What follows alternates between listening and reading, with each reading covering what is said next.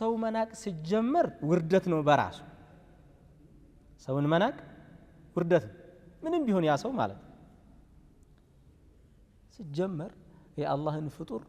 መናቅ ውርደት ትንሽነት ነው ባጭ ትንሽነት ولا يحقره ብለዋል ነብዩ ሰለላሁ ዐለይሂ ወሰለም ወንድምህን ልትንቀው አይገባም ምንም ቢሆን አንተ ሀብታም ልትሆን ትችላለህ እሱ ድሃ ሊሆን ይችላል አንተ አዋቂ እሱ አላዋቂ ሊሆን ይችላል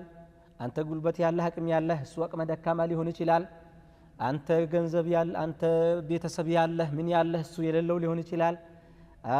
አንተ ብዙ ነገር አለህ ቤት አለህ ምን አለህ እሱ የሌለው ሊሆን ይችላል ወይላ አኺሪ ምንም ይሁን ምን ባንተና በሱ መካከል ያለው ዛሂር ወይም ቁሳዊ ልዩነት እንድትንቀው ምክንያት ሊሆንህ አይገባም ማለት ሰውን መናቅ ከባድ ነው ነብያችን ሰለላሁ ዐለይሂ ወሰለም ምን ብለዋል በሌላ ሐዲሳቸው ከፋ ቢልመርኢ ኢስመን አን يحقر اخاه المسلم አንድ ሰው ለወንጀል ይበቃዋል አሉ ምንም ሌላ ወንጀል ባይሰራ አንድ ሙስሊም ወንድሙን መናቅ ሊያጠፋው በቂው ነው አሉ ለማጥፋት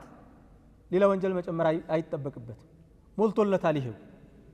ሚዛኑን ይደፋለታል ወደ ጀሃነም አላህ ይጠብቅ